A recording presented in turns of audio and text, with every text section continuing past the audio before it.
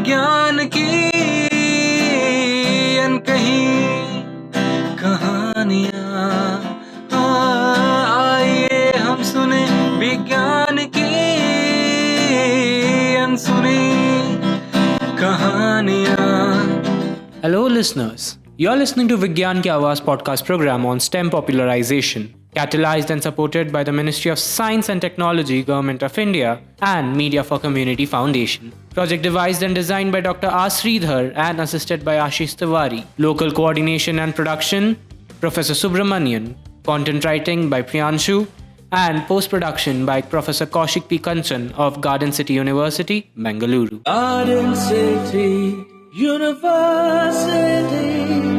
conquer we shall all adversity. Together we stand in unity. Together we strive for prosperity. GCU,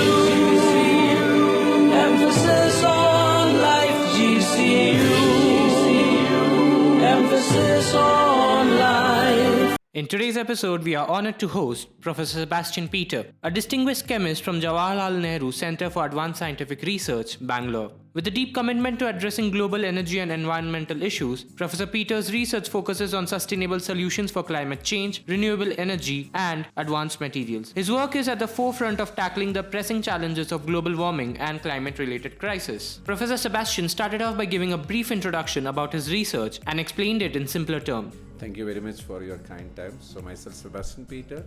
I'm a professor here in Jawaharlal Nehru Center for Advanced Scientific Research for the past 14 years. I'm a chemist by practice. I'm expertise in the material chemistry area. So what do? We develop the advanced material for various applications, particularly in the area of energy, renewable energy and environmental related issues, such as climate problems. So we develop the materials and then do the fundamental studies and scale them up, for the pilot scale demonstrations here. Professor then shared with us how his research is going to help India in the short term and long term. So, as per this COP, program, so we all actually took a pledge that we will work together, all the nations will work together to have a sustainable life. So we got, good, earth created by, whoever created a sustainable life. However, last 4 centuries, we did a lot of development, industrial revolutions have happened, urbanizations happened, development happening all over the world. But during this process, we are dumping a lot of carbon into the atmosphere. That's causing the problem. So we all coming along together. So whatever all the nations together, we are taking necessary steps to curtail the problems associated with the global warming. India also took a decision by 2070 we are going to be carbon net zero.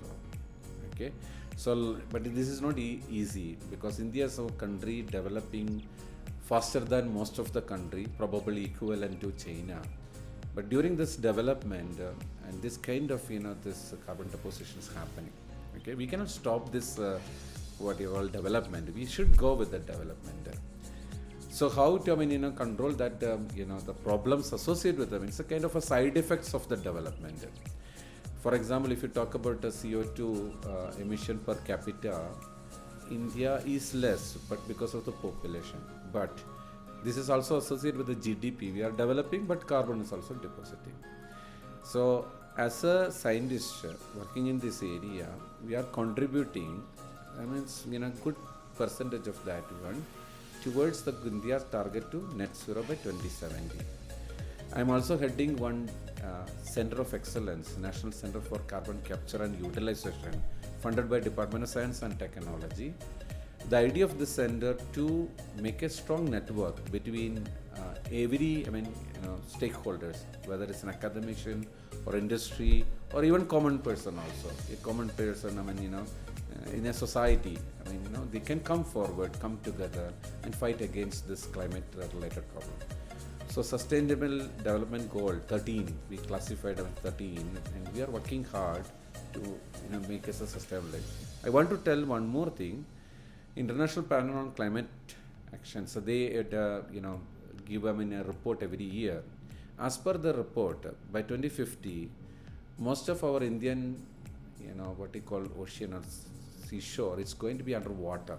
For example, city like Mumbai, Chennai, Kolkata, it's going to be underwater because of this global warming.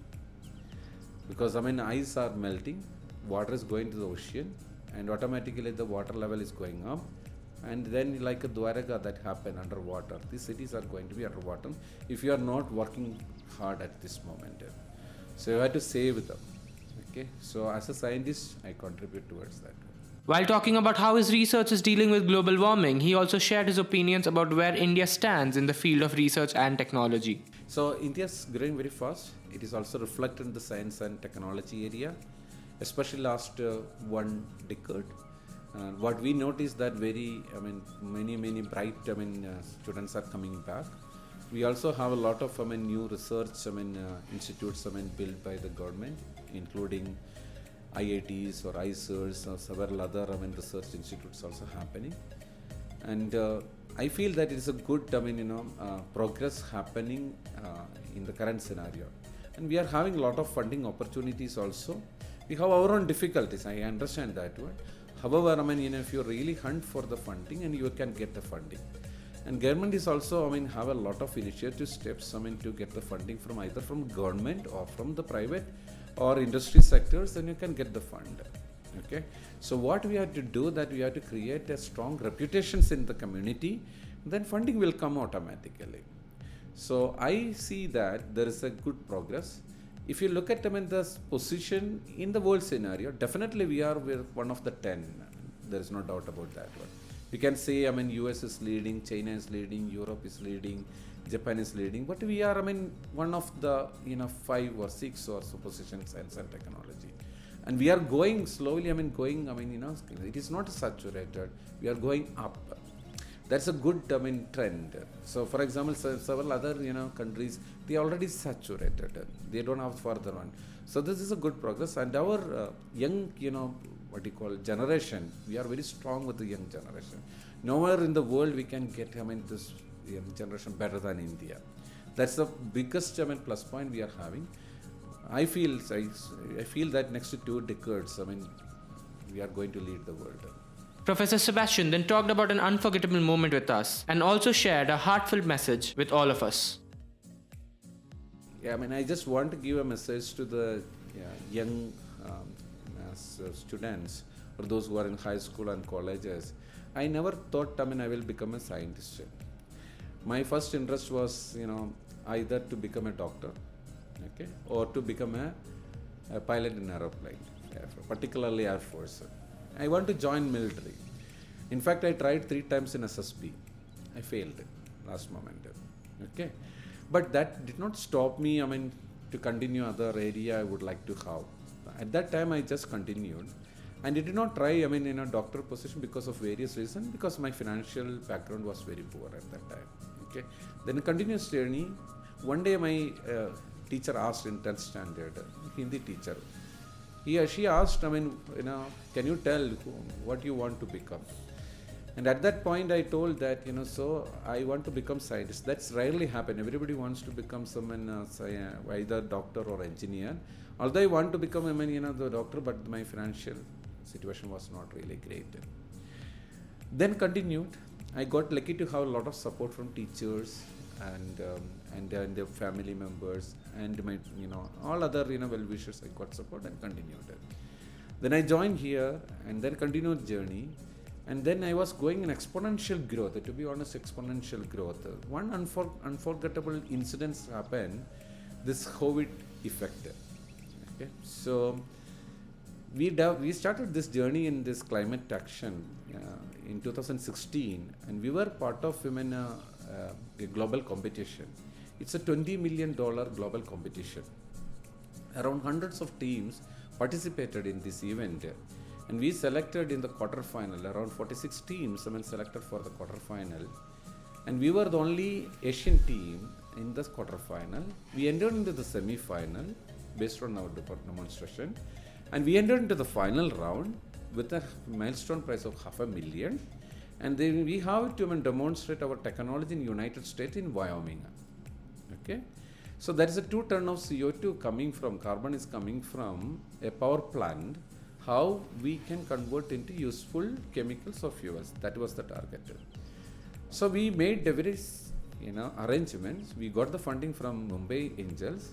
Reliance was ready to support us, and we got the approval.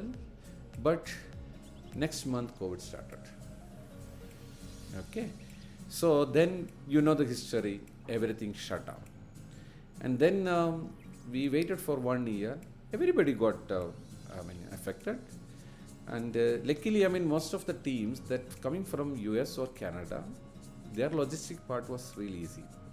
Okay, we were ready to demonstrate. I could have different position if I could have demonstrated that. So then they agreed to demonstrate in India in an industry sector. In fact, we have a collaboration with Tuticorin in one carbon clean solution. We made a deal, but unfortunately the plant got shut down because of some technical other reasons. Finally, I had to do a experiment in Bangalore. By the time it was too late.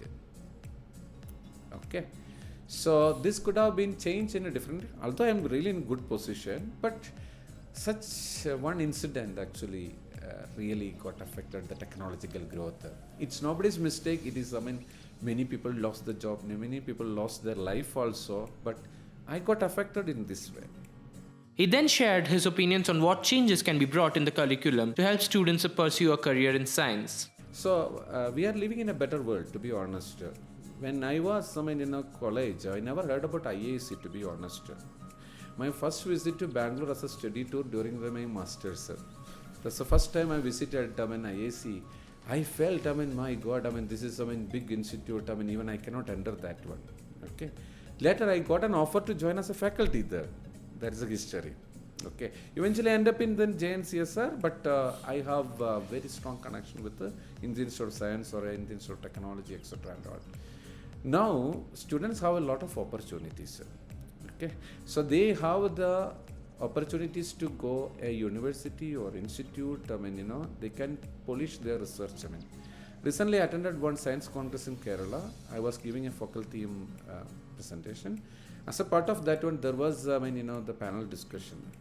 So what we need to promote the students to they have to have some idea how I can use my knowledge for the benefit of the countries in terms of any technology development. Many students, they are not aware about that one, because the way of teaching, only the bookish teaching. Okay, it is also associated with the marks. So are you getting 99.9%? You are a good student. Actually, it's wrong. It's wrong. So whether that's 99% of marks, they are able to use that knowledge efficiently for the technology development. It's technology means anything. It's a very simple way of selling your knowledge to the public. Okay. So that knowledge teachers should polish from the younger days. If the teachers are not giving that knowledge, we cannot complain the students also. Sometimes we blindly complain the students, say you don't have the talent. Actually, they have the talent. We are not polishing them. So such kind of curriculum, if the education sector can bring it, we can do the magic. I have seen many students with me, when they come join here, they don't have many knowledge what we do, but within 6 months they build. But I have to stay with them. I have to polish. Some students, they pick it fast. Some students, they will take their own time. Each one has its their own. Sometimes the student, they want to understand their confidence development, etc. So high school time onwards, or even before high school days, teachers should give some. So some such kind of curriculum, if we can bring it, we can bring it, it would be beneficial. At the same time, nowadays, the networking is very crucial. Networking in the collaboration, the form of collaboration. You don't feel that one, we can do everything you are alone. It's not like an Einstein period or Isaac Newton period.